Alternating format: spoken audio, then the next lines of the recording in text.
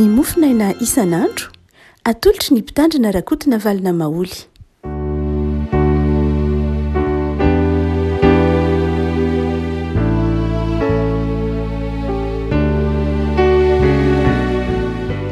Mpifaliana no iarabanantsika hatratra ity talata fa efatry ny volana martsa ity.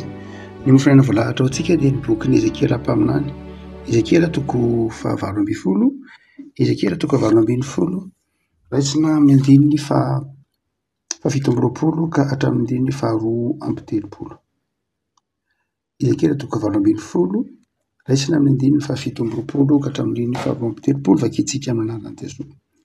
Ary raha ny ratsy fanahy miara amin'ny faharatsiana nataony ka manao izay marina sy mahitsy dia ho velominy ny fanahy. Raha mahita izy ka miara amin'ny fahadsoana rehetra izay nataony dia ho velona tokoa izy fa tsy ho faty.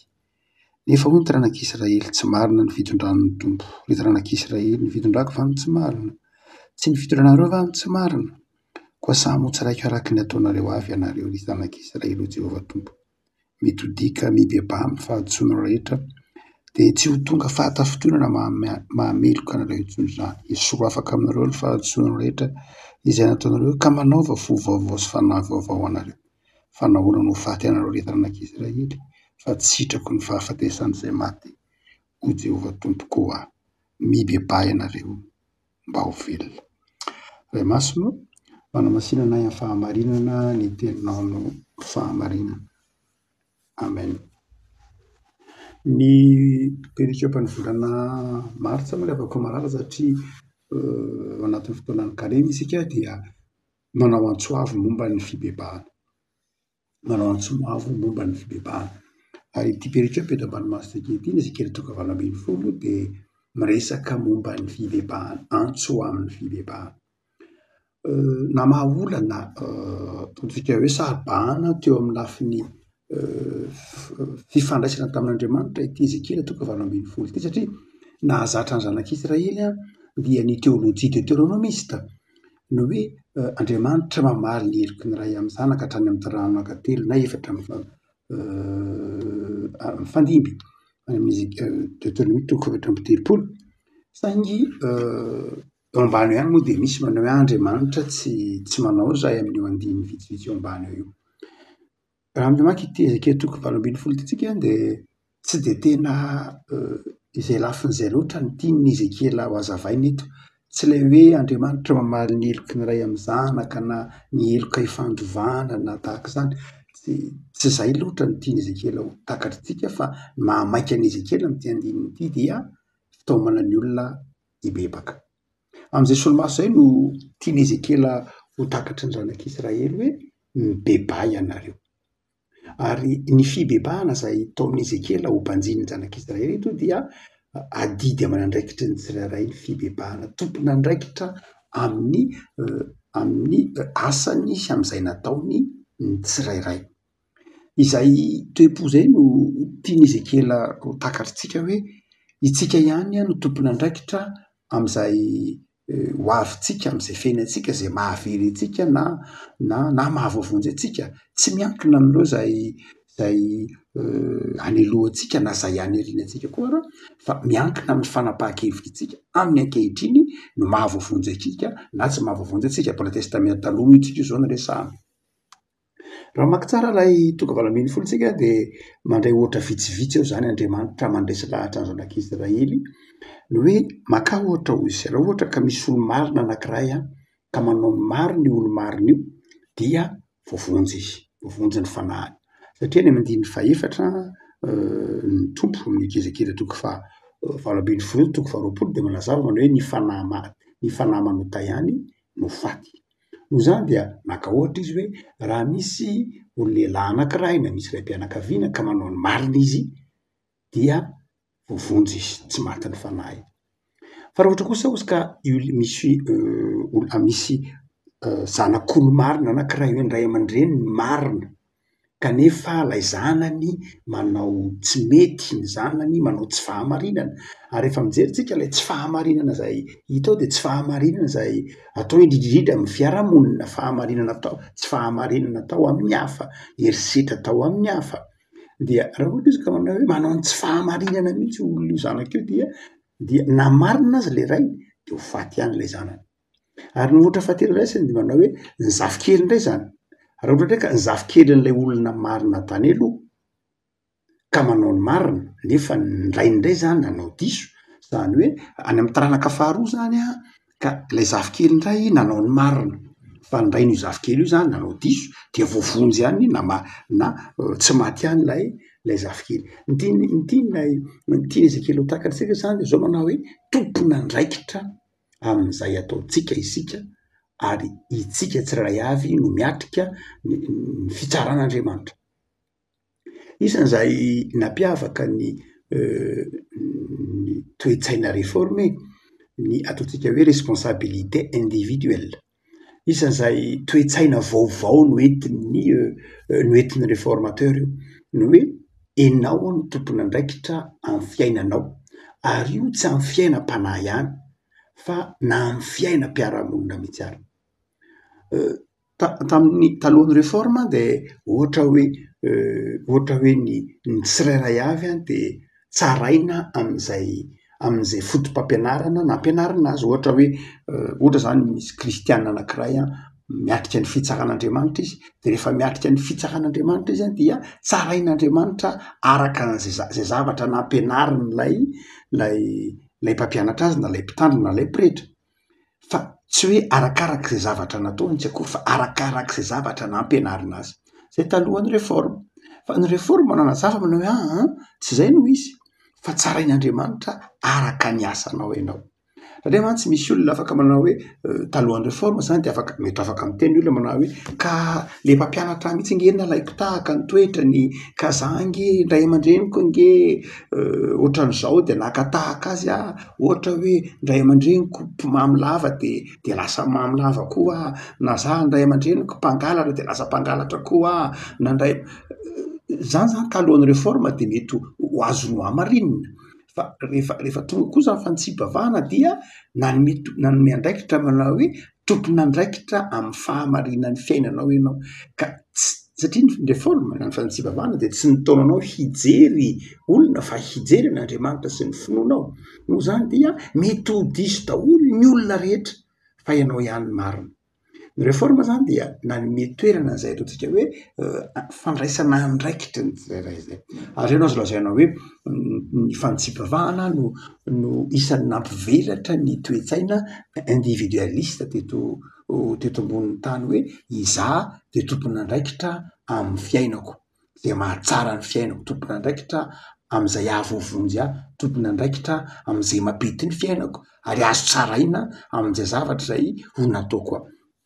Ny humanisme zay nitranga taty amin'ny taonjato faha 2010 anankiray amin'izay nanao zava-dehibe ny hoe ampianarina tsara ny olona any an-tsekoly, omena fahazavan-tsaina izy satria tompona andraikitra amin'ny fiainana izy.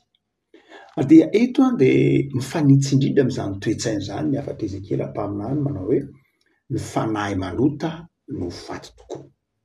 Tsy misy zany fanamarinana azontsika atao anatrehan'Andriamanitra raha sanatry tsarain'Andriamanitra tsika ka hoe niala tamin'ny didin'Andriamanitra. Tsy misy fanamarinana azontsika atao manao hoe ka za nge nijery an-dranona na ka satria nge za taranaka ranona na satria nge za zao dia tsy naninona raha nanota, tsy maninona raha diso. Tsisy fanamarinana azo atao amin'izany satria tompona andraikitra amin'ny fiainantsika isika indrindra amin'izao ataotsika hoe vanim-potoana ny testamenta vaovao. Ny fanahin'Andriamanitra efa nampitoerina tao amin'ny isam-batan'olona. Ny isam-batan'olona no te-polon'Andriamanitra. Andriamanitra efa nanaiko Andriamanitry ny isam-piankonana, Andriamanitry ny isam-batan'olona. Noho izany dia tompona andraikitra amin'izay lalana hitondran'ny olona ny fiainan'ny olona tsirairay avy, tompona andraikitra amin'ny safidiny ny olona.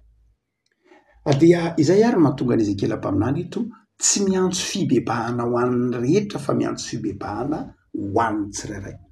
Ity Ezekely 7:20 ty mazatra antsika mantsy amin'ny ataovy any amin'ny bokin'ny Amôsa na amin'ny bokin'ny Isaia ampaminany dia antso amin'ny fibebahan'ny firenena. Misy izay tokoa ao, manao izay koa Ezekely. Fa amin'ity 7:20 ty Ezekely dia manao antso avo amin'ny fibebahan'ny tsirairay. fiovam-pony tsirairay ny tena ataony Ezekela mpaminany ho zava-dehibe eto. Ary zay natonga ny zanak'Israely taony tsara n'Andriamanitra manao hoe ahoana moa no hitakiana fibebahana ho an'ny tsirairay zahay fa ngamo tsy miankina amin'ny ataon'ny ray aman-dreny eo aloha koa no hitsarana anay, fa ngamo tsy miankina amin'ny toetran'izay nataon'ny razanay koa no hitsarana anay. Dia eo Ezekela mpaminany manazava hoe ny zava-dehibe nge tsy de tena le hoe ray aman-dreny na ny tany aloha loatra, fa ny zava-dehibe de ny hoe inona ny ataonao zao ankehitriny zao, miandrinina aminao Andriamanitra am'izao ankehitriny zao, inona ny zavatra andrasan'Andriamanitra aminao am'izao ankehitriny zao. Ary dia miantso fibebahana Ezekela amin'ny vanim-potoana ankehitriny. Misy tantara kely anankiray zay horonan-tsary nivoaka tamin'ny taona 13 nalaovan'ny Jim Carrey sy Morgan Freeman lohateny le izy dia Bruce le Tout-Puissant. Zay saika fantanjeka satria nalazo io horonan-tsary na de 20 taona lasa. Dia le tantara dia nisy rangahy zany Bruce zay mijaly be, mijaly hoana moa maty loza ny vadiny izy nandalo fa zavatra be dia be fahasarotana isan-karazany izy, tonga ny fiteny mahazatra ny tanora hoe midona ny rindrina tsy aro. Dia nanome tsiny an'Andriamanitra sy afaolo an'Andriamanitra, misy ve ianao de averanao zavatra ohatr'izao, averanao ohatr'izao ny fiainako tahaka ny fomba fitenitsika ankehitriny keo, manao hoe misy ve Andriamanitra de nahoana misy tondra-drano, misy ve Andriamanitra de nahoana misy fahoriana, fitiavana fa izy de misy olona manitra mahay ny zavatra rehetra fa izy de manina misy olona mbola velany angalatra mon'olona ihany. Tahaka izay mety ho fomba fitsarana ataontsika an'Andriamanitra no ataon'ny zanak'Israely koa eto ny tsara an'Andriamanitra. Hoe ianao nge Andriamanitra tsy mety ny fomba fitondranao, nahoana misy olona marina be zao ny ray aman-dreny, misy olona nanao soa be mihitsy ny ray aman-dreny nefa ny zanany jerety efa rany. Hitantsika amin'ny tantaran'ireo ohatra raisina fotsiny, ny tantaran'ny Solomona sy ny tantaran'ny Davida ohatra. Dia Davida zay nanana zay naha izy azy marina, nefa ran'ny Solomona dia io ny zara roa ny fanjakana. Hitantsika eo amin'ny tantaran'ireo mpanjaka ny fandimby any amin'ny tantaran'ry na ny fanjakana avara na fanjakana atsimo dia nahitatsika tantara hoe Andriamanitra tsy marina dia tsy voatery hiteraka tsara, ary ny tsara tsy voatery hiteraka ny marina arak'izany. Dia nanome tsiny Andriamanitra ilay amin'ity tantara ity izay hitantsika eo amin'ny horonan-tsary io. Dia akanjo Andriamanitra amin'ny Morgan Freeman zany niseho tamin'ny Bruce miteny hoe miara tsy maninona fa avery ianao maka ny toerako. Dia naveran'Andriamanitra naka ny toerany zany ny olombelona tamin'ny alalan'ilay Bruce. Dia atsikaiky moa fa rehefa tonga teo amin'ny toeran'Andriamanitra ilay olombelona dia nampiasainy tamin-tsihy avokoa ny fahefan'Andriamanitra, nentina namaly faty, nentina nanao zay mahafinaritra azy, nentina nanao zay mahafapo ny fiainany manokana. Ary nefa rano moa dia izao novaliany daholo mivavaka nataon'ny olona rehetra, nataony eny daholo mivavaka rehetra sy nataon'ny olona, dia nikorotana ny tany, nikorotana ny fiarahamonina. Ary dia niantso fotsy tamin'Andriamanitra hoe tsy vitako Andriamanitra ny toeranao. Zany hoe indraindray tsika olombelona mieritreritra hoe mora ny toeran'Andriamanitra, Andriamanitra nge ve zao diso izy, fa sarotra ny maka ny toeran'Andriamanitra mazava ho azy, tsy ho mety amintsika mihitsy. Ary zay mahatonga Andriamanitra teny tamin'ny zanak'Israely hoe ianareo angeny tsy marina, fijerinareo tsy fijeriko. Ary dia nanazava izy manao hoe ny zava-dehibe nge dia izao hoe miankina aminareo le izy fa tsy miankina amiko. Zanak'Israely zany te hampiankina amin'Andriamanitra ny tsy fahomby azany, hoe zay tsy mahomby satria niankina tamin'ny fomba fitondranao nge Andriamanitra no tsy mety, matoa zay tsy mahomby, matoa zay maty, matoa zay ohatr'izao, dia le fomba fitondranao mihitsy ny tsy mety. Dia Andriamanitra namerina ny zanak'Israely eo antsy zay no izy, miankina aminao le izy fa tsy miankina amiko. Efa nampahafantarina anareo zay tsara, efa naseho anareo zay tsara, fa miankina aminao le izy. Afaka malala ity volana marsa ity dia manao matsoavo moa zany ny soratra masina ny amin'ny atao hoe fibebahana. Zavatra roa na telo no tsara ho tsoahantsika raha miteny hoe fibebahana eto ny bokin'ny Ezekela mpaminany. Ny voalohany indrindra dia ilay fibebahana dia fanekena ho diso, manomboka amin'ny fahatsapatena. Zay le hoe mitodika amin'ny tenako aho, mijery ny tenako aho, fa tsy mijery na iza na iza. Ny fibebahana dia izaho sy Andriamanitra mijery ny tenako, any antsoina hoe fibebahana. Mijery ny tenako miainga amin'izay zavatra andrasan'Andriamanitra amiko, mijery ny tenako zay zavatra tian'Andriamanitra ataoko, mijery ny tenako amin'izay zavatra nomen'Andriamanitra ahy. Ny fibebahana dia ateraky ny fifanjoan'Andriamanitra sy ny olombelona. Ny fibebahana dia tsy hoe izaho mitodika amin'ny olona, na izaho mitodika amin'ny fiarahamonina, na izaho mitodika amin'ny fibebahana tsy hoe mibebaka no ny fitserako ny hafa, na mibebaka tsy izay loatra, fa ny fibebahana dia izaho mijery ny tenako, izaho mijery ny fiainako, miainga amin'izay hijeren'Andriamanitra. Tsaroantsika tsara ny ilay Petera sy Jesoa ao amin'ny Efesiny Tsaramaso araka ny Lioka, izay nitenenan'ny Tompo tamin'ny Petera manao hoe raha ohatra ka mbola tsy misy akoho maneno indray mandeha akory ianao ry Petera dia andahy intelo ianao. Ary dia hoy Lioka hoe rehefa naneno le akoho dia nijery any Petera Jesoa, ary Petera kosa nijery any Jesoa. Zay le mahatao teny amin'ny teny Grika hoe strefo, dia le teny hoe strefo amin'ny teny Grika tsy ilay metany hoe amin'ny Paoly loatra, fa ilay hoe strefo zany hoe nifampijery Jesoa sy Petera. Ary raha vao nifampijery Jesoa sy Petera dia nitomany Petera, tsarony ilay fahotana, ilay fiodinany tamin'i Jesoa.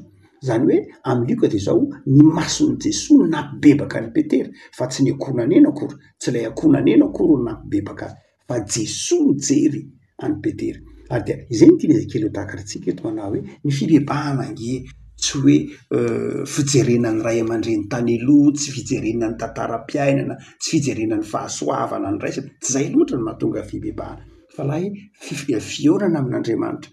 Ary fiorana amin'Andriamanitra dia midika hoe mahatonga ny olona mandini-teny. Noho izany dia eto ny bokin'i Ezekely amin'izao fiandohana volana marika izao dia manentana anao handinika ny tenanao, manentana antsika handinika ny tenantsika, hamantatra ny tenantsika hoe aiza ho aiza moa za manokana, aiza ho aiza ny fiainako, aiza ho aiza za sy ny sitrapon'Andriamanitra, aiza ho aiza za sy ny fitiavako an'Andriamanitra, aiza ho aiza za sy ny fanajako ny fanomezan'Andriamanitra, ny fahasoavan'Andriamanitra. Ny fibebahana dia manomboka amin'izay fahatsapatena izay, manomboka amin'izay ataontsika hoe fandinihy-tena izay. Fa izay afatra Ezekely ampaminany faharoa dia teneniny io manao hoe niova amin'izao vanim-potoana ankehitriny, izany hoe fanapahan-kevitra, tsy ny fahatsapatena fotsiny hoe mpanota mila miova, tsy izay, fa ny faharoa dia izao ny fiovana, ny fifonana amin'Andriamanitra, ny faekena ho mpanota ary niteraka fiovana izay. Zay lafin-javatra roa zay na telo no asehony Ezekely ampaminany mantsy ny fibebahana: fanekena ho diso rehefa avy mandiny teny ianao, ary fibaboanao eo anatrehan'Andriamanitra hoe mila miova, tsy ny olona nijereko, tsy izay tsy nentina ataon'ny olona nijereko, tsy manamary-tena na mandiso ny hafa, fa mijery ny tenako amin'ny alalan'ny fitiavan'Andriamanitra dia manapa-kevitra hiova. Zay ihany afatra Ezekely ampaminany eto. Andriamanitra dia te hanitra foana, sitrapon'Andriamanitra tsy ny hahafaty ny olona, sitrapon'Andriamanitra tsy nikapoka, tsy mpitana karavasy Andriamanitra, fa mamaky an'Andriamanitra dia niovan'ny olona, niovan'ny olona, ny ibebahany, ny iverenany amin'Andriamanitra. Raha toa ka mbola mijery ilay teny hoe fahafatesana eto isika amin'ity bokin'ny Ezekely ampaminany ity, dia tsy dia tena ilay fahafatesana mety ho eritreretintsika koa io any amin'ilay hoe fiainana mandrakizay hoe ilay fahaverezana, ilay famonjena mihitsy, tsy dia izay loatra no resahany Ezekely ampaminany eto, fa ilay valinasa eto amin'izao andro eto, amin'izao tany enana izao, hoe raha ohatra ka tsy mibebaka ianao dia miatraika amin'ny fiainanao ange io tsy fibebahanao io, miatraika amin'ny fivelomanao, miatraika amin'ny fifandraisanao amin'ny mpiarabelona. Izany hoe tsy fibebahana dia tsy hoe avy hatrany dia any amin'ilay hoe fiainam-panahy hoe very any amin'ny hafa be, tsy dia izay loatra aloha voalohany, fa tena miatraika mihitsy amin'ilay andavanandronao. Ary Andriamanitra te hamehan'ny olona izay fahafenona amin'ny fiainana andavanandro izay, te hahitany olona ho sambatra amin'ny fiainana andavanandro izy, dia manome izay mianao antso avy izay ny fibebahana izay. Mamarana antsika ty amin'ny testamenta vao moantsika izao amin'ny andro izay efa hatsapantsika ny herin'ny fahasoavan'Andriamanitra, dia Jesoa maty amin'ny hazo fijaliana, Jesoa nitsangana tamin'ny mahatoantsika, Jesoa eo anoloantsika, Jesoa izay banjintsika dia nitaonantsika hibebaka, nitaonantsika hiverina aminy, nitaonantsika anatony azy. No tsika hoe ao amin'ny bokin'ny Genesisy toko 7 raha vao nanota ny olona dia nandositra an'Andriamanitra izy, niery an'Andriamanitra izy ary Andriamanitra no nitady azy. Any amin'ny bokin'ny Genesisy dia izao raha vao nanota ny olona dia niery ny olona ary Andriamanitra no nitady azy.